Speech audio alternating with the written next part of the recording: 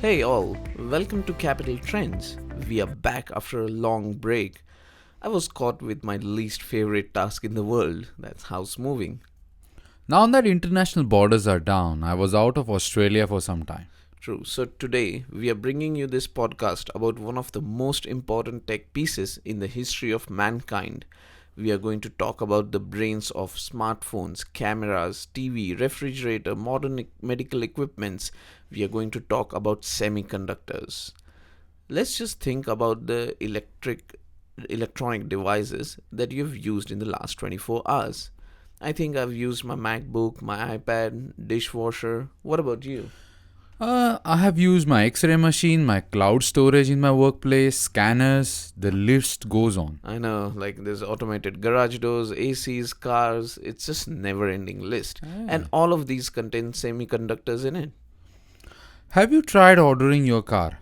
Have you tried ordering your gaming consoles? If not, then look for yourself what the current situation is.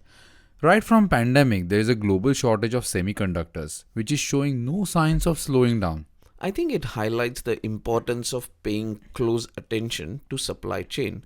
Most of the time, CEOs hardly spend any time actively getting involved in supply chain side of things.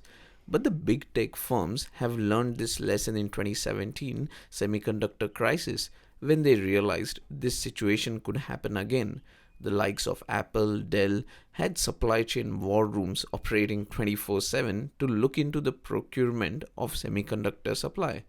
And I think that's where the car manufacturers ended up falling down because they didn't pay close attention to this and they had to cut down their manufacturing just because of lack of semiconductor. That just shows how grave the situation was. Absolutely. If you ask around your friends who have recently bought cars, the delivery time is just running in months. Like 9 months, 11 months. I just heard that Toyota RAV4, which is their most popular hybrid car, the delivery time in Australia is about 12 to 15 months. Imagine. That's really an eye opener as to what semiconductor shortage can do. Yeah, the global automotive semiconductor market is just 9% of the total semiconductor market industry. So, when the car manufacturers started back the production after the pandemic brought all the manufacturing to halt, they were obviously pushed back to the long queue. And as you mentioned, and they are yet to catch up. And on top of that, most of the cars still use the older chips, whereas most of the industry has moved on to the newer, faster, and smaller chips. In couple of years time, not only will you be able to use your smartphone to find your car straight away, you will also have to rely on it to open the car doors. Nowadays, cars are like computer on wheels. As we have covered in our previous episodes, and for that, semiconductor are at the heart of their functionality. Sensors, processors, connectivity chips, advances in the nuts and bolts of the semiconductor industry are revolutionizing how we use old technology and enabling machines to interact and function by themselves. Artificial intelligence, Internet of Things, 5G, wireless networks, and autonomous and electric vehicles all require basic to advanced semiconductors, with ever increasing cost and complexity in their manufacturing. Let's just take a step back. So, what is a semiconductor basically? A semiconductor contains a material that can conduct electricity, but less than that of a pure conductor, like a copper, and more than an insulator, like a glass. So, silicon fits perfectly in that spectrum, and silicon is widely available as well. So, it's widely used in creating semiconductors. And you can guess by now why San Francisco Bay Area is called Silicon Valley. Don Hoffler coined this phrase for the first time in his article that talked about how widely the Bay Area was associated with silicon transistors and history of semiconductor. Since then, the term Silicon Valley is used with technology and big tech hubs everywhere. Luckily for us, silicon is one of the most abundant element on earth and it's readily found in the rocks and soils. 1 nanometer or 1 billionth of a meter is about 100,000th of the width of a strand of hair. The smaller the transistor, the newer and the more advanced the chip, and the greater the number of chips that can be made on a single silicon wafer. Global chip equipment spending has gone from 23 billion on 2013 to 103 billion in 2022. Semiconductor market share goes like this: Taiwan accounts for 66%, South Korea 17%, China 8%, and others 9%. Biggest players are Taiwan Semiconductor 56% and Samsung, that is 16%. These two companies control 72% of global chip supply. Needless to say, there is geopolitical friction between China and Taiwan, and because of this, there is constant echo between the governmental machinery to bring semiconductor manufacturing in house. Other important players are Intel, Texas Instruments, Qualcomm, Broadcom, NXP, AMD, Monolithic Power Systems, Microchip Technology, Nvidia, and the list goes on. Since semiconductor is at the heart of most of the electronic devices these days, it is so critical to any infrastructure for a country. Take for instance India. It is investing around $30 billion to build their own semiconductor supply chain. Let us see what big firms are doing to mitigate this semiconductor shortage and keep upper edge in the business. First of all, Ford has outlined a strategic agreement with US based semiconductor manufacturer Global Foundries to develop chips, a pact that could eventually lead to joint US production. Likewise, General Motors is partnering with NXP and Qualcomm, tech companies like Amazon and Apple that are increasingly designing chips in house. Samsung plans to invest more than $205 billion over the next 3 years, with chip making a priority, in which it is poised to build a chip manufacturing plant in Taylor, a city named Taylor in Texas.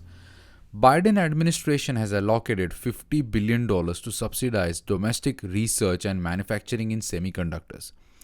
Intel recently pledged to build new chip making facilities in Europe valued at about $95 billion. Besides increasing manufacturing facilities, there is acute shortage of skilled labor in this industry. Needless to say, there are specialized programs and vocational trainings offered to fill up that worker shortage. When we talk about semiconductors, how can we ignore rare earths? Semiconductors, which are transistors, diodes, integrated circuits built from them, all use various amounts of rare earth elements. And again, there are geopolitical issues towards sourcing of rare earth elements.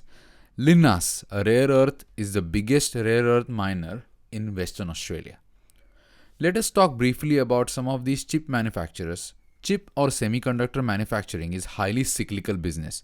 When we talk about chips, we need to understand Moore's law, which was postulated by Gordon Moore in 1965, that the number of transistors in a dense integrated circuit doubles every 2 years. Till now, the law has held up quite very well. The transistor size has gone in nanometers, and chip manufacturers have to invest heavily to make such extremely small but immensely accurate devices. The equipment for manufacturing itself is very expensive. The finished product demand could fluctuate, sometimes making it difficult to obtain a return on invested capital. I can imagine why the manufacturing is very expensive. Semiconductors are manufactured in fabrication plants, or sometimes called as fabs. Pure silicon is used in semiconductor manufacturing. This silicon is cut into super thin discs called wafers. This all needs to be done in a very clean environment, as even a particle of dust can cause the chip to malfunction. Then starts the complex process where these discs are coated with photoresisting coating and eventually undergo lithography. It is a very crucial step. It drives the complex circuit patterns. The number of lithography machines will determine how many chips a fab can produce. It can cost anywhere between $25 to $100 million per machine. Then it goes through etching and ionization, and not to forget eventually packaging multiple of these chips in one processor. Describing this process in a very few words doesn't give justice to how complex this manufacturing system is. Building a fab is big investment because of this complex process. Taiwan Semiconductor Manufacturing, or TSMC, is the world's largest dedicated contract chip manufacturer or foundry. It makes integrated circuits, or IC, for customers based on their proprietary IC designs. TSMC holds many patents and have different technologies to manufacture high-end chips such as GAA, gated all around, FIN-EFT, FIN Field Effect Transistor. All this is done to improve what they call is PPA, Power Performance Area.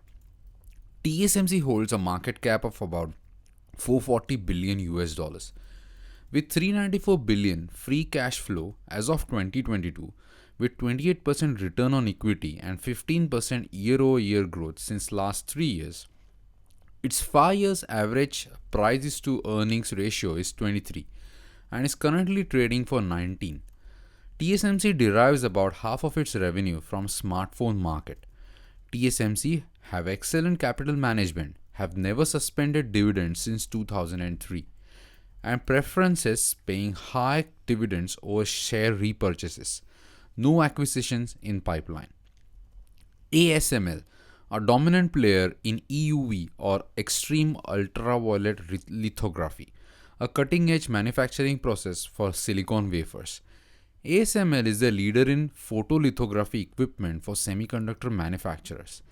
ASML, a Dutch company, has a market cap of 190 billion US dollars and can be bought in American depository receipts, exhibiting a whopping 45% return on equity and 10 billion in free cash flow, also displaying 19% year-over-year growth since last 3 years. Current price to earnings ratio of 35, which seems high considering the current market average, which is 19, but lower than the long-term average. Samsung, the world's largest smartphone and memory chip maker, recorded an operating profit of about 13.8 trillion won or $16 billion in the quarter of ended December 2021 last year. Now that we have gone through individual companies, let's go through what ETFs are available for investing in semiconductor. Here in Australia, we have ETFS, Semiconductor ETF, with ticker SEMI. It is dominated by TSMC, Broadcom, Nvidia, and Intel. One of the top performing semiconductor ETF is iShares with ticker SOXX on Nasdaq. As we can see that these small silicon semiconductors play a very big role in effective functioning of our modern world. Medical devices to smartphones, cars to video games, planes to kitchen appliances, and every company whose product rely on these semiconductors want to make sure their supply chain is least disrupted to attain a competitive advantage. Hence, it is needless to say investment in the form of human capital as well as liquid capital, if patiently allocated, can increase in value over a prolonged period of time. Thank you for listening to Capital Trends, where we decipher the latest business and investment trends. This recording is for informational purposes only and does not constitute an investment advice. Opinions expressed are as of the date recorded. Opinions are subject to change. Capital Trends Media shall not be responsible for trading decisions, damages or a loss resulted from or related to information, data analysis or opinions expressed on this podcast. Past performance does not guarantee the future results. All investments are subject to market risk, including potential loss of principal. Please read product disclosure statement before investing into any product. We are not professional financial advisors. Do not take investment or financial advice from our podcast. Always consult a professional financial planner regarding advice that suits your individual needs, which you can find on ASIC, APRA website in Australia.